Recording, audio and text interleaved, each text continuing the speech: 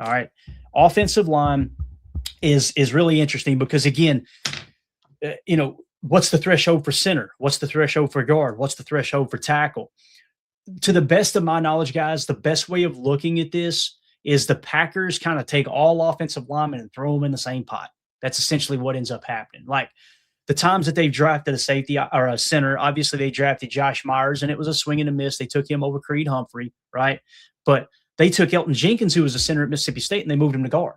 Well, why did they move him to guard? Maybe his arms were a little bit longer. We'd have to go back and check the tape, right? But when you kind of look at how they approach the offensive line, it's like all of them as a whole. I'm not saying I agree with that. I'm not saying I agree with that at all. And again, the big thing that gets argued about during draft season when it comes to offensive linemen, and specifically with the Green Bay Packers, is they look at arm length like it's the gospel. And, there is a lot of, how do I say this? There's a lot of smoke to that fire. There's a lot of evidence that suggests the Packers do think that arm length is absolutely crucial, right? Brian Bulaga had short arms. He was a great offensive tackle. Now, here's the problem with Bulaga. They drafted him. I think he was a left tackle at Iowa. They tried to play him at guard. He was not a guard. And then they moved him all the way across the line to right tackle. This is what I mean when people that try to blame LaFleur for how the offensive line is moving around and how they cross-train and this and that.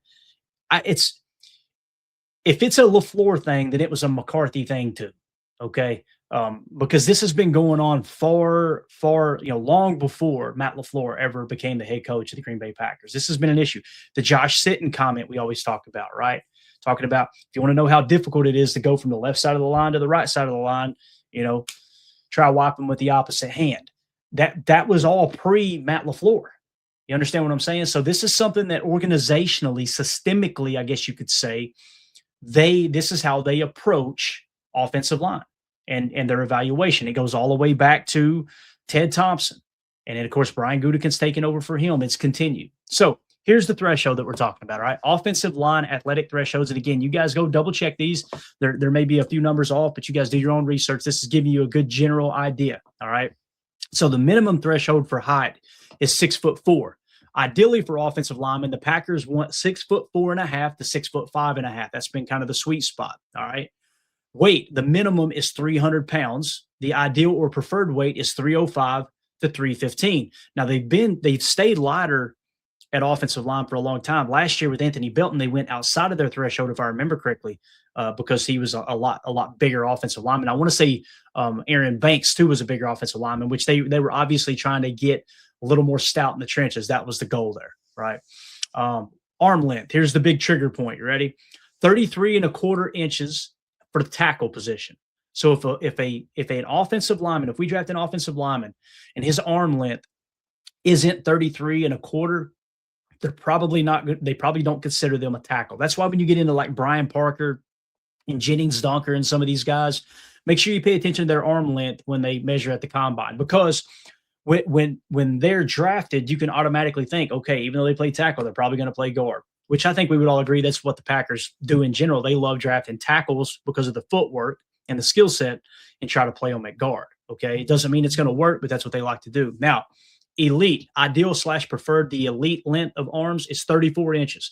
If you get a guy who's got 34 inches, both on, if I remember correctly, I think this holds true with the edge defender room as well, maybe even defensive tackles, but offensive line specifically, 34 inches, elite arm length, that's what you're looking for in terms of an offensive lineman that fits the Packers, that they're, okay, we're willing to we'll probably bump him up on their board a little bit if they got elite arm length. And the reason being, guys, whether we think it's important or not, it's the first one to the punch typically wins. If you can outpunch, it's just like boxing. I love boxing. I'm a big boxing fan. Now, the sport has went absolutely into the crap tank, but I used to love, especially in the 90s, just watching boxing.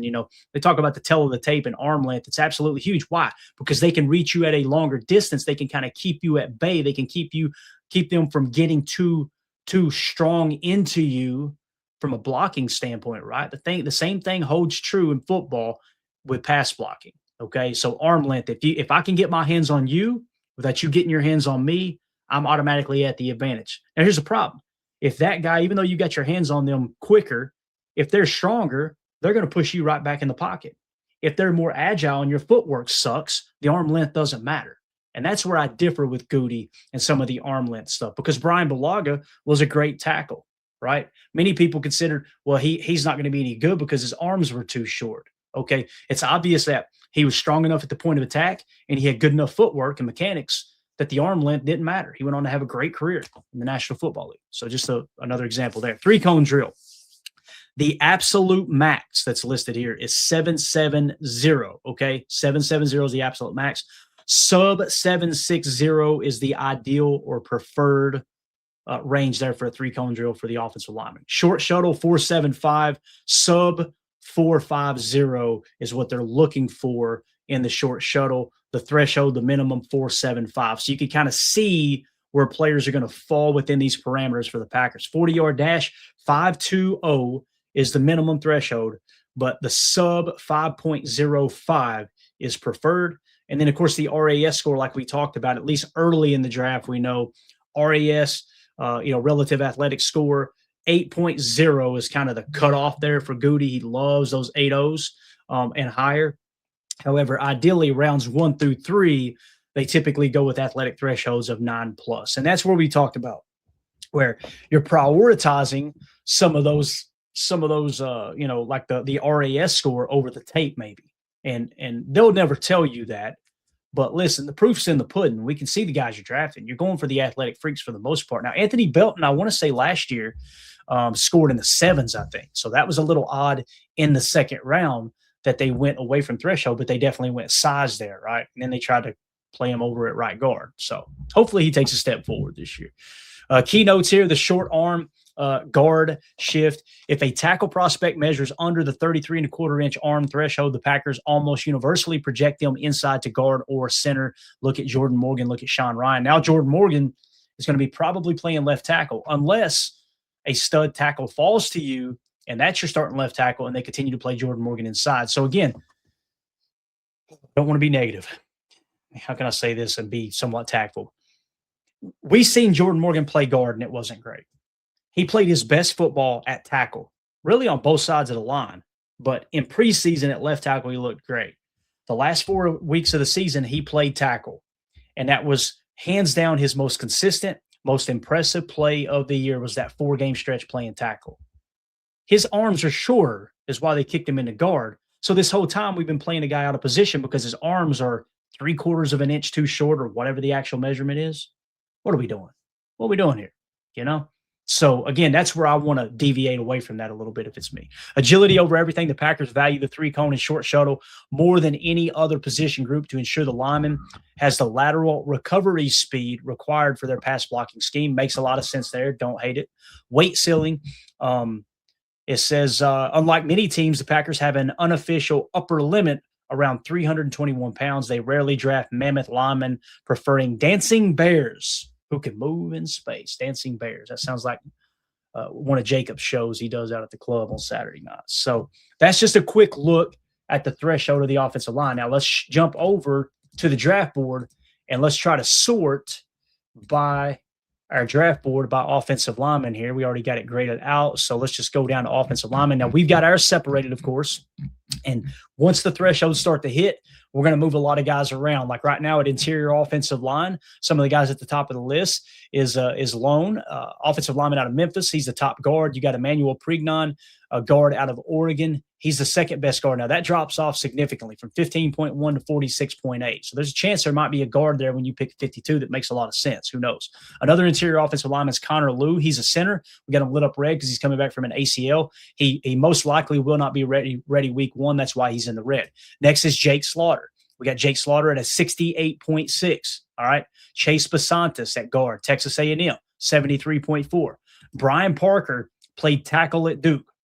He is projecting as a guard and a center. Most people see him as a center. The Packers actually met with him. This looks like one of those prime pickings. Well, where would he be taken at? We got an 82.4 on him. That lines up almost perfectly with 84, right? The Packers did meet with him at the East-West Shrine Bowl, I believe it was. Pat Coogan, center out of Indiana, former Notre Dame, 84.8. That would make a lot of sense at 84 if you want to take him. However, most mock drafts, this is a perfect example. Our board, we have an 84.8 on him grade, meaning he's worthy of the 84th pick. He's probably a little bit higher on our board than that. And there's a lot of consensus big boards and mock drafts that they've got him like in the 150s and 160s, which is wild. So again, why is he higher on ours? when we got the data down, Consensus Big Board had him at 140. PFF Big Board had him at 144. He's the 12th highest graded center in all of college football last year. He's gotten better every year. 159 at his position, 43 at his position, and then 12. He's ascending as he's entering the league. I'd be totally fine with the Pat Coogan a little bit later in the draft for sure.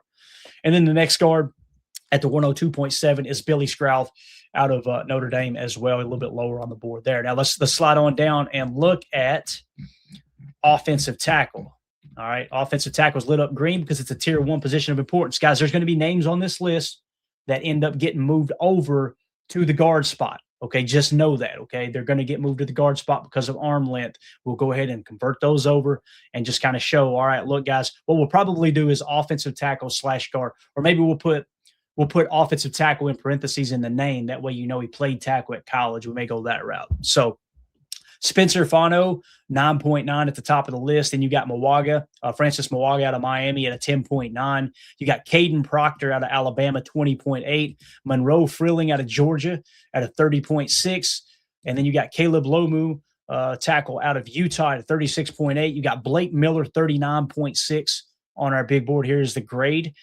Blake Miller is the first one that's kind of fallen to us. I'm interested to see what his arm length is going to be. Maybe they've already measured it at the Senior Bowl and I've missed it. We'll start to get that data in for you guys. But I do know that out of Clemson, the only thing that hurts, that bothers me about this is he played for Clemson. It's like how much, what was the level of talent they actually played? We know the ACC is a bit of a cluster right now, right? Jennings Dunker, the Packers met with. 51.3. I'd be okay with Jennings Dunker at 52. Now, when we did our mock draft the other night, there was like several players that were higher on our board, right? One being Chris Johnson, I believe we end up taking. That makes a lot more sense than Jennings Dunker. However, Jennings Dunker is not going to make the 84. I feel comfortable saying that. Next, you got Max Ihanakor out of Arizona State. He's got a 53.5 on him. Caleb Tiernan out of Northwestern, a 56.8.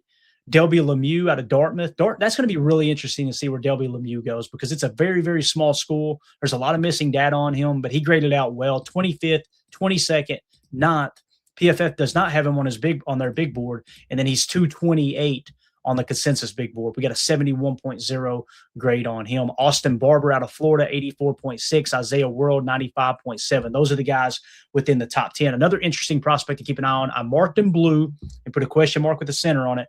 Trey Zune was listed as a tackle out of Texas A&M, and I've heard a lot of people say he's going to play center in the NFL. So we're going to do a little extra research there, and we'll get you a definitive answer on whether he's going to play there or not. So that's just kind of a quick look at the offensive line grouping, I guess you could say, when it comes to the draft this year and talking about the thresholds that are going to meet. We're going to get those emojis in on the draft board for everybody in the Patreon group so you know which of these offensive line are in the ballpark. I try not to be too like, nope, he barely didn't make it, so cut him off the list. If it's pretty close, I want us to go, okay, there's no reason to look away from the threshold, right? However, if there's a player that's at the top of the board, we go, that makes all the sense in the world, and there's no I heart emoji, it's like, Gutey's probably going to pass on him. I want to know that information on draft night so we can kind of have a conversation about it in real time. But let us know what you think about the offensive line class and the threshold talk in general.